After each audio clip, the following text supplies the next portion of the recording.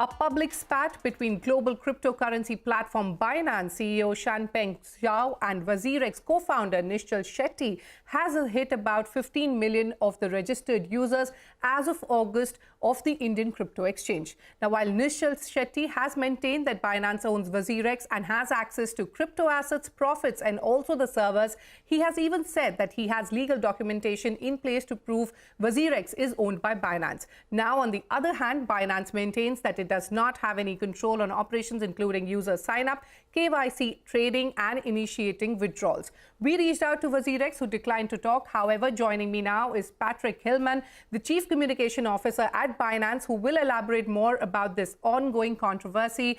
Patrick, welcome to Startup Street. And, I want to start by asking you about the timing of it all. Now, Binance cast the ownership of WazirX in doubt after the Directorate of Enforcement froze assets worth almost 65 crores of WazirX as part of an investigation into alleged money laundering involving 16 Indian fintech companies. Why did Binance not clarify their stand back in 2019? And are we given to understand that the ED scrutiny and the subsequent raids on WazirX has led to this? Well, thanks for having me on, Shruti. In 2019, as we were looking to enter the marketplace, we were seeking out that partner that could really, help us enter the market in an authentic manner. And we thought WazirX might be a good partner for us. As soon as we started to actually get down to the business of transferring ownership, though, problems really started to appear. And over the last 2 years, we've been in hot debate with the leadership team at WazirX and Zenmai Labs to actually have that ownership passed over to us. That debate continues to this day, which is why we're sort of, reaching this headway now. In regards to the timing around the ED investigation, we learned about it like most of your viewers did when the first news stories broke. And ED has not been in contact with our teams yet, but I can tell you that our global investigations team is really looking forward to being able to support them in their investigation should they reach out to us. Okay, so you're saying that for the past 3 years, Binance has been asking WazirX repeatedly to pass on the ownership, but that hasn't happened. So tell me, help me understand, what was this acquisition all about then? What was this partnership about? And if you don't, then who owns WazirX? Yeah. Well, listen, we originally were looking to actually do a complete and full acquisition. However, when it came time to actually pass over the assets of the company, Zenmai Labs continued to drag their feet. Nishal Shetty has come out and said, well, we gave you access to our AWS passkeys. That's not what goes into the ownership of a company, though, obviously. The operations, the marketing, how their users are KYC, their actual user database, all that continued to be owned and run by Zenmai Labs. It's as if they sold us a car, handed us the title, and then kept the keys themselves and been driving the car around for the last 2 years. And now the ED has asked them for information as to what they were using that car for, and they're trying to throw their hands up and say, well, look, Binance has the title here. So the reality is that obviously Zenmai Labs continues to own and operate WazirX and has for the last 2 years, despite our best efforts to try and claw back ownership of what we thought was going to be a fulsome partnership and acquisition. At this point, though, we can look back at you can Google Nishal Shetty and you'll see that his own personal website lists him as the CEO of WazirX. And in fact, when they moved their headquarters from India last year to Dubai, Nishal Shetty was also still positioning himself as that WazirX CEO. So the whole thing is quite comical as they try and throw their hands up in the air. They may think the ED is dim on this, but they're not. And we're quite confident the ED is going to get to the bottom of this and that they'll be held accountable if they need to be. Okay. Now, WazirX says there was a banking ban in place when the acquisition took place, and after the ban was lifted, an Indian entity was needed for WazirX to process rupee deposits and withdrawals. And since Zenmai Labs has a license from Binance, it is able to run the rupee crypto trading market in India. And when a user deposits or withdraws rupees or trades the rupee market on the WazirX website, it is operated by Zenmai Labs. And the crypto deposits and withdrawals are owned by Binance, WazirX. This is what they claim. What do you have to say on this? Well, again, I think right now, all we're operating as is a tech vendor, essentially just managing wallets for them. When it comes to the actual ownership of the company and the actual day-to-day obligations of it, we have absolutely zero transparency into it. It's been a real significant root of concern for us that we've been trying to work through various different legal avenues over the past 2 years that thus far has been to no avail.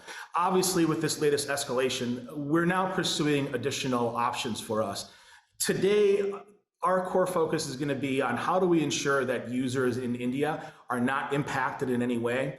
You're going to see an announcement coming out from us fairly shortly that is asking Indian users to move their assets officially over to Binance.com so that we can continue to ensure a frictionless environment for them as this WazirX saga continues to play out with ED. Yeah. As far as how Zanmai Labs wants to continue operating, it's really up to them, but we would urge them to work in good faith with ED to resolve whatever issues they have. Patrick, picking up from what you just said, on Saturday, in fact, Shanpeng Zhao tweeted that users on WazirX should transfer their funds to Binance. He said, and I quote, "We could disable WazirX wallets on a tech level, but we cannot and won't do that. And as much debates as we are enduring, we can't and won't hurt users." In fact, on Sunday, Binance disabled off-chain transfers to WazirX, severing users' ability to transfer funds between the two exchanges internally. Now, since this Twitter spat has happened, have there been any internal conversations with WazirX?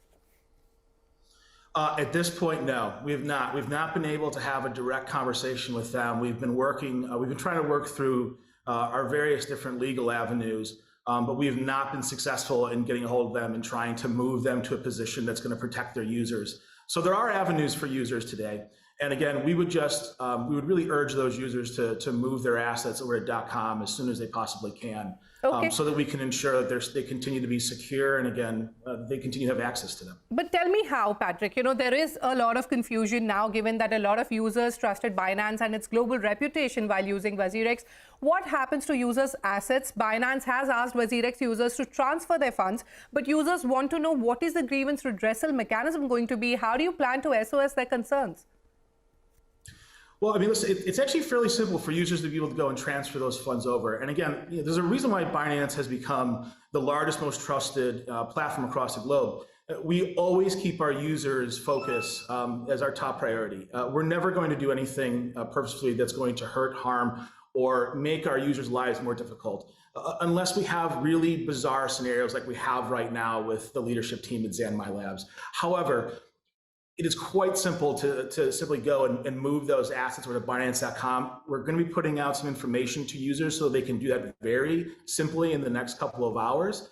And as long as users go and make that sort of move, they're not going to be impacted by this in any way, shape, or form. So users are not going to be impacted, and you're going to announce something in a couple of hours. But Patrick, you touched upon this earlier, but what action is Binance contemplating against WazirX? What's next?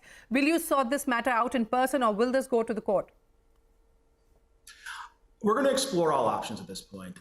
It has to come to a conclusion. This has been drawn out for 2 years now. I think this latest ED investigation is obviously just the straw that has broken the camel's back, and we're going to pursue every possible option that we can to protect users and to move on. India is a really important marketplace. We believe that it is going to be a real game-changing factor for the Indian economy, as it will for many economies across the globe.